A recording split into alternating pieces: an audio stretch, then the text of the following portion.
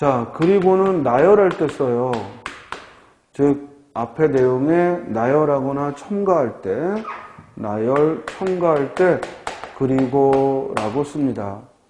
반면에 그런 데는 화제가 전환됐을 때, 앞에 나왔던 내용과 화제가 바뀔 때 그런데 라는 말을 쓰고, 이 그러나는 즉 역접에 앞에 나온 내용과 반대되는 역접의 내용이거나 혹은 강조할 때 그러나 라는 말을 씁니다. 그리고 그러므로는 원인과 결과, 인과의 관계일 때 쓰죠.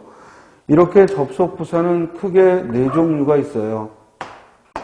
물론 그 형태는 그러므로 대신에 그래서, 그러니까 이런 것들도 모두 비슷한 형태가 되겠고, 그러나 대신에 하지만, 그럼에도 불구하고 이런 것들은 또 이런 역접의 또는 강조의 의미가 되겠죠. 그런데 한편 이와 달리 이런 말들도 역시 전환에 함께 쓰이겠고, 그리고 또한 또 예를 들어 이런 것들도 역시 나열할 때 주로 사용을 합니다.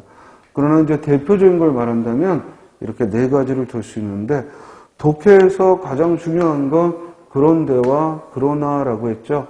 왜냐하면 이 그런데 하고 문장 중간에 등장하면 이는 앞에 있던 화제와 달라지기 때문에 우리가 그 뒷부분을 중요시 여기고, 그러나라는 말이 나왔을 때는 앞의 내용과는 반대되는 내용이거나 아니면 그러나 뒤에서 한 번 더 강조하고 있기 때문에 글의 주제를 찾기가 수월하다라는 말을 했습니다.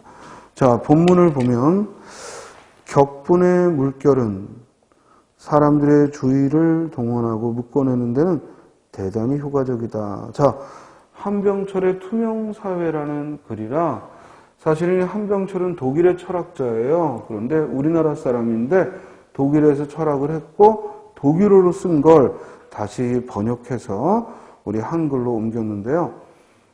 문장이 좀 어렵죠. 그렇지만 본문의 내용을 우리가 주의 깊게 보면 격분이라는 것, 즉 우리가 갑자기 막 흥분하거나 화가 나거나 이런 격분은 사람들의 주의를 동원하고, 사람들의 주의를 동원한다는 것은 사람들이 즉 관심을 끌고 그리고 그들의 어떤 관심을 동원하는데 효과적이죠. 왜냐하면 우리가 5명이 이렇게 어울려 있다가 한 사람이 몹시 화를 낼 때 우리는 그 사람에게 주의를 집중하게 되죠. 하지만 매우 유동적이고 변덕스러운 까닭에, 뭐가 그 격분의 감정이 매우 유동적이고 변덕스러운 까닭에 공적인 논의와 공적인 공간을 형성하는 역할을 감당하지는 못한다. 즉 공적인 논의를 펼 때에는 이 격분을 쉽게 드러내는 사람은 오히려 따를 당하기 쉽다, 이런 얘기죠. 격분의 물결은 그러기에는 통제하기도 예측하기도 어렵고 불안정하며 일정한 형태도 없이 쉽게 사라져버린다. 그러니까 갑자기 화를 냈다가 또 수그러드는 이런 모습들을 보게 되면 우리는 쟤 왜 저래? 하고 좀 의아하게 된다, 이런 얘기죠.